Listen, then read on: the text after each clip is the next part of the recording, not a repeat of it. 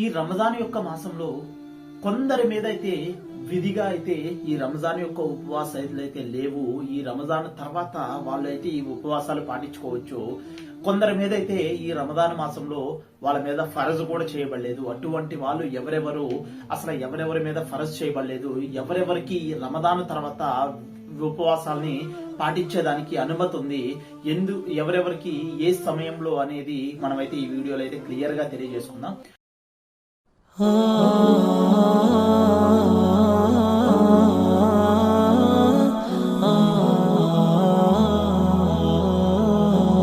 First of all మొట్టమొదటిగా అల్లాహ్ సుబ్హానహు వ తఆలా సూరా బకరా 183వ ఆయతులో ఈ విధంగా తెలియజేస్తున్నాడు. మొట్టమొదటిగా అల్లాహ్ సుబ్హానహు వ తఆలా ఏం తెలియజేస్తున్నాడంటే, ఓ విశ్వాసులారా, మీరు ఏ విధంగా అయితే మీ పూర్వీకులు ఉపవాసం ఉన్నారో అదే విధంగా మీరు కూడా మీ యొక్క ఉపవాసాన్ని విధిగా పాటించండి అని అల్లాహ్ సుబ్హానహు వ తఆలా తెలియజేస్తున్నాడు. ఇది మొట్టమొదటి విషయం. అల్లాహ్ సుబ్హానహు వ తఆలా ఉపవాసాన్ని మినహాయింపక ముందు ఏం చెప్తున్నాడు?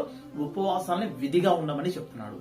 అదే అల్లాహ్ సుబ్హానహు వ తఆలా 184వ ఆయతులో, అదే సూరాలో 184వ ఆయతులో ఈ విధంగా తెలియజేస్తున్నాడు.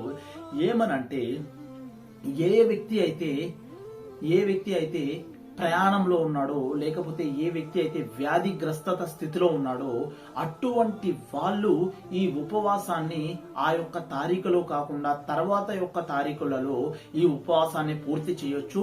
అదే విధంగా వాళ్ళు ఒకవేళ ఈ ఉపవాసాన్ని పూర్తి చేయలేకపోతే వాళ్ళు ఎవరికైనా పేదవాళ్ళకి దానం చేయొచ్చు, ఒక పేదవాళ్ళకి అన్నం పెట్టియొచ్చు, లేకపోతే మీ దగ్గర స్తోమత ఉంటే ఇంకా ఎక్కువ మంది కూడా పేదవాళ్ళకి అన్నం పెట్టియొచ్చు. అంటే ఇంకా ఎవరెవరు ఏ స్థితిలో ఈ ఒక్క ఉపవాసాన్ని మినహాయింపుకోవచ్చు, తర్వాత వాళ్ళు ఫాలో అవ్వచ్చు. అంటే మొట్టమొదటిగా ఎవరి మీద ఈ ఉపవాసాలు ఫరజ్ లేవంటే, మొట్టమొదటి విషయం ఏంటంటే, ఏ వ్యక్తి అయితే చిన్న పిల్లలు ఉన్నారు, అంటే చిన్న పిల్లలు ఎవరైతే వాళ్ళు ఇంకా 10 సంవత్సరాలు, అంటే వాళ్ళకి అంత ఇమ్యూనిటీ పవర్ లేదు, అంత క్యాపబిలిటీ పవర్ లేదు, అటువంటి వాళ్ళ మీద అది ఫరజ్ లేదు. ఒకవేళ చిన్నపిల్లలు ఉంటా అంటే వాళ్ళు ఎన్ని రోజులు ఉండాలనుకుంటున్నారు అన్ని రోజులు వాళ్ళు ఒక ఉపవాసాలను అయితే వాళ్ళు పాటించవచ్చు. వాళ్ళు ఎప్పుడైతే ఉండలేరు అనుకుంటున్నారో అప్పుడు వాళ్ళు వాళ్ళ యొక్క ఉపవాసాన్ని ఆపుకోవచ్చు. ఒకవేళ చిన్నపిల్లలు యుక్త వయసుకు వస్తే, అంటే 14-15 సంవత్సరాలు కానీ వచ్చి ఉంటే అటువంటి వాళ్ళందరి మీద కూడా ఉపవాసం అనేది ఫరజ్ గా చేయబడింది. వాళ్ళు కంపల్సరీగా ఉండాలి, వాళ్ళకి ఎటువంటి మినహాయింపు లేదు. కానీ చిన్నపిల్లలు వాళ్ళు ఆకలికి తట్టుకోలేక చిన్నపిల్లలు మరీ చిన్నగా ఉంటే మటుకు వాళ్ళ మీద ఉపవాసం అనేది విధిగా లేదు. ఇది మొదటి విషయం. రెండో విషయం ఏంటంటే, ఎవరైతే వృద్ధులైపోయారు, అంటే వృద్ధులైపోయి మంచాన పడిపోయారో, లేకపోతే వృద్ధులైపోయి నడవలేని స్థితిలో ఉన్నారు, వాళ్ళు ప్రతిరోజు అంటే వృద్ధాప్యంలో బాగా ఎక్కువగా ఉన్నారు, అటువంటి వాళ్ళ మీద కూడా ఉపవాసం అనేది ఫరజ్ గా లేదు. ఇంకా ఎవరి మీద ఉపవాసం ఫరజ్ గా లేదంటే, గర్భిణీ స్త్రీలు. ఎవరైతే స్త్రీ గర్భిణి, అంటే గర్భం దాలుస్తుందో, అంటే ఒక స్త్రీ తన గర్భాన్ని దాల్చి మొదటి 4 నెలలు 5 నెలలు ఇట్లా ప్రాబ్లం లేదు. చాలా మంది స్త్రీలు ఎలా ఉంటారంటే, వాళ్ళు 7-8 నెలలకు వచ్చిన తర్వాత లోపల బిడ్డకి ప్రాబ్లం అని డాక్టర్ చెప్తాడు. అంటే టైంకి తినకపోయినా, లేకపోతే టైంకి వడ తీసుకోపోయినా, ఇట్లాంటి వల్ల ఆ బిడ్డకి ప్రాబ్లం ఉందంటే అటువంటి స్త్రీలు, అంటే మొదటి 4, 5, 6 నెలల్లో అయితే అటువంటి ఈ స్త్రీ కూడా ఎటువంటి ప్రాబ్లం ఉండదు కాబట్టి, కానీ చివరి నెలలు ఏదైతే ఉన్నాయో అటువంటి స్త్రీలు ఉన్న స్త్రీ ఎవరైతే ఈ రంజాన్ని అందుకుందో అటువంటి వాళ్ళకి ఉపవాసం అయితే వాళ్ళకి ఇప్పుడు ఫరజ్ గా లేదు. ఒకవేళ వాళ్ళు ఉండాలనుకుంటే వన్స్ ఆ బిడ్డకి పాలు పట్టించి అంతా అయిపోయిన తర్వాత వాళ్ళైతే అప్పుడు ఉండొచ్చు. ఇటువంటి వాళ్ళకి కూడా లేదు.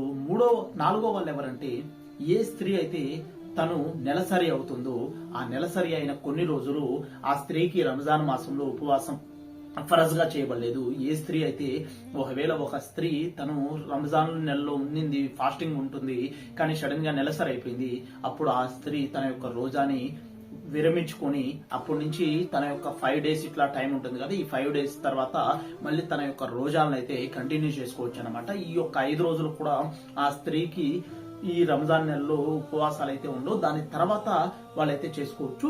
ఇంకా ఎవరంటే, ప్రయాణంలో ఉన్న వాళ్ళు ఏంటంటే 2 విధాలుగా చూసుకోవాలి. మొదటిది ఎట్లా అంటే, మనకి పూర్వకాలం ప్రయాణాలు వేరు, ఇప్పుడు ప్రయాణాలు వేరు. అంటే ప్రయాణాలు ఎట్లా ఉంటాయంటే, ఒకప్పుడు అల్లాహ్ సుబ్హానహు వ తఆలా ఎందుకు చెప్పాడంటే ఆ విధంగా, ఒకప్పుడు ఏ విధమైన బైకులు లేవు, ఏ విధమైన కారులు లేవు, ఏ విధమైన విమానాలు లేవు. అప్పట్లో ఎలా ఉండేదంటే డెసర్ట్లు అంటే ఎడారుల్లో వెళ్ళేటప్పుడు నడిచే వెళ్ళేవాళ్ళు, ఒంటెల మీద ప్రయాణం చేసి వెళ్ళేవాళ్ళు, గుర్రాల మీద ప్రయాణం చేసి వెళ్ళేవారు. వాళ్ళకి ఎలా ఉండేదంటే ఒక ప్రయాణం అనేది ఎంతో కష్టతరంగా ఉండేది. అప్పుడులో నడిచి వెళ్ళేవాళ్ళు కాబట్టి వాళ్ళు ఆ దప్పిక, ఆ ఇసుకలో నడవాలంటే దప్పిక దాహానికి వీటికి అలవటించేవాళ్ళు కాబట్టి అటువంటి ప్రయాణం, దూరమైన ప్రయాణాలకి అప్పుడు విరహాయింపు ఉంది. కానీ ఇప్పుడు ఏంటంటే చాలా సింపుల్ అయిపోయాయి. ఒకవేళ మీరు ట్రైన్ లో ప్రయాణం చేస్తున్నా కానీ మనం సింపుల్ గా అయితే ట్రైన్ లోనే ఉంటాం కాబట్టి మనం ఏం అంత కష్టపడట్లేదు కాబట్టి మన యొక్క ఇటువంటి ప్రయాణాలకి మనం ఈ యొక్క రమదాన్ యొక్క ఉపవాసాన్ని విరహాయింపడం అనేది చాలా చెడ్డతరం. కాబట్టి మనం మోస్ట్ ప్రాబబ్లీ మీకు ఒకవేళ మీ ప్రయాణం అనేది చాలా కష్టతరం, మీరు కూడా నడిచెళ్తున్నారు, లేకపోతే మీరు కూడా అక్కడ ఇక్కడ మారాలి, చాలా సామాను ఉన్నాయి, అయ్యి చాలా అంటే మీరు మీ ప్రయాణాన్ని చూసుకోండి.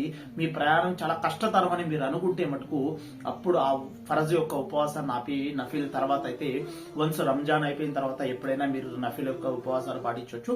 ఇంకా ఎవరంటే ఏ వ్యక్తి అయితే అనారోగ్య స్థితిలో, అంటే ఒక వ్యక్తి ఉన్నాడు, అతను కంపల్సరిగా టాబ్లెట్స్ వేసుకోవాల్సి వస్తుంది, కంపల్సరిగా ఇంకా అంటే డాక్టర్ చెప్పాడు ఇతను కంపల్సరిగా ప్రతిరోజు ఈ టాబ్లెట్స్ వేసుకోవాలి, ఈ టైంకి తినాలి, ఈ టైంకి తాగాలి అని ఒక వ్యక్తి ఎవరైతే ఉన్నారో తన ఆరోగ్య స్థితి అంత బాగలేదు. అంటే కొందరికి ఉంటారు కదా, షుగర్ ఉంటుంది, బీపీ ఉంటుంది, కొందరికి చాలా అతి అనారోగ్య స్థితిలో ఉంటారు. అటువంటి వాళ్ళకి కూడా అల్లాహ్ సుబ్హానహు వ తఆలా, మీరు అటువంటి వాళ్ళు ఏంటంటే ఒకవేళ మీ దగ్గర డబ్బులు ఉంటే మీరు పేదవాళ్ళకి సహాయం చేయండి, పేదవాళ్ళకి అన్నదానాలు చేయండి. దానివల్ల మీ యొక్క ఉపవాసాల యొక్క లెక్క సరాసరి ఇవ్వకపోయినా గానీ మీకు ఆ అన్నదానాల వల్ల మీకు ఎంతో కొంత పుణ్యం అనేది లభిస్తుంది.